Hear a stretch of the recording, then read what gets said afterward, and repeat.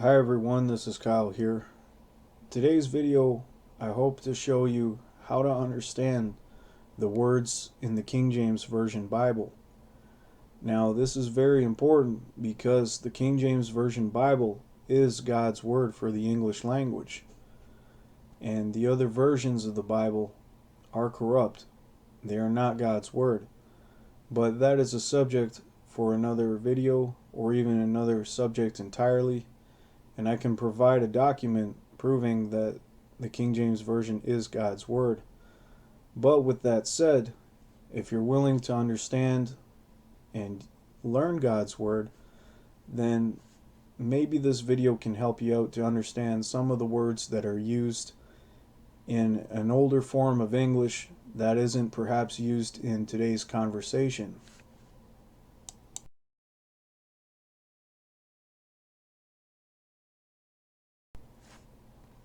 So let's start with the words whence and the word thence. So these words speak of a source, either time or place. For example, whence comest thou? Or when you depart thence. It's kind of like the words where and there. And then you can think of it as, since whence and where start with a W, that they're related, and that the word thence and there start with a T, that they're related. So whence is related to thence. As adverbs, the difference between thence and whence is that thence is from there, or from that place, or from that time. But the word whence is from where, from which place or source. Now the word therefore indicates a condition on a conclusion on previous statements.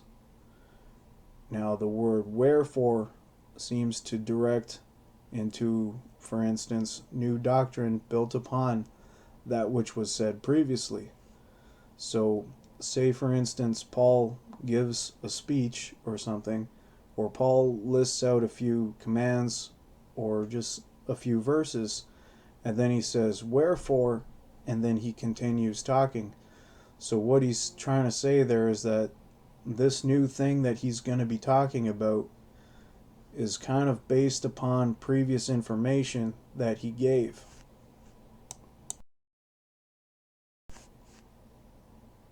So now the word wherefore is an adverb which basically means for what reason or purpose, or why.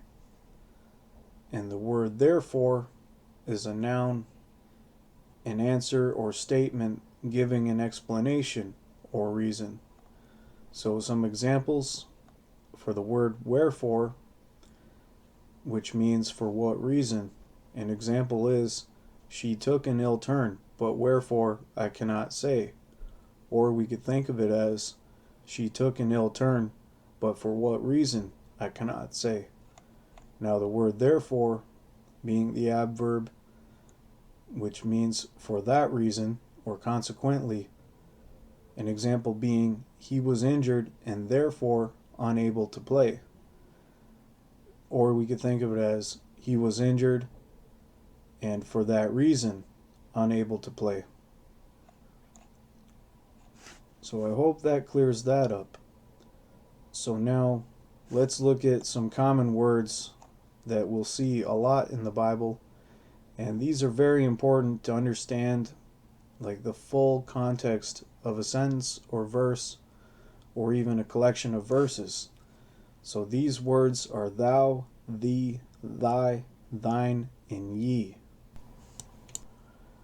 Now the words thou, thee, and ye, they all mean the word you that we use in, like, say, common conversations or common English.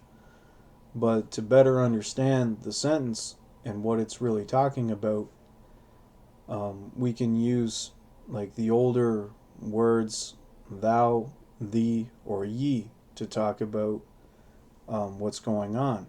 So the word thou means you in a singular form, when you is the subject of the sentence. Now the word thee means you in a singular or for one individual when you is the object of the sentence. Now the word ye means you as in plural, as in more than one person being talked about. So you can think of thou and thee being singular with the letter T, and then because the word ye has the letter Y in it, think of it as plural. Now the word thy means your, a possessive form of you, and it's commonly used before a noun that begins with a consonant or a consonant sound, like the article, the letter A. So an example could be, thy banana is ripened.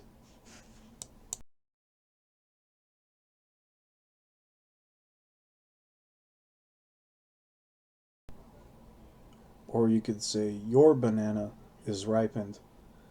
But by using the word thy, that it means that it pertains only to one person's banana and not, say, people sharing one.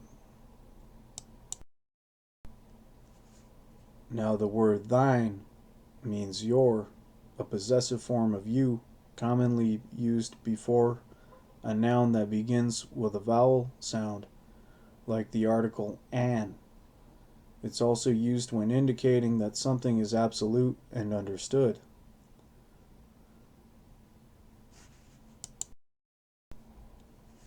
So with the words thou, thee, thy, and thine, starting with a letter T, we can see these as singular because they all start with the letter T.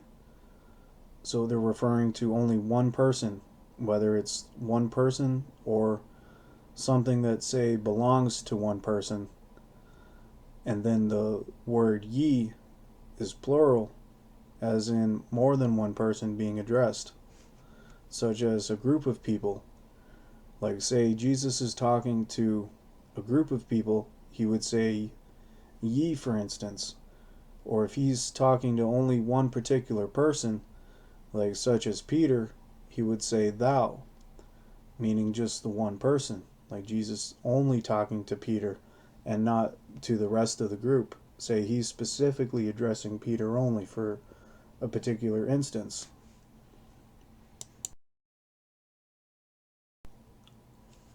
So I hope this video helps everyone to understand some of the common words that are used in the King James Version Bible that are not used so much in our everyday common English that we use nowadays. And with that said, I hope that people do select the King James Version Bible as their Bible of choice, because the King James Version is God's word for the English language.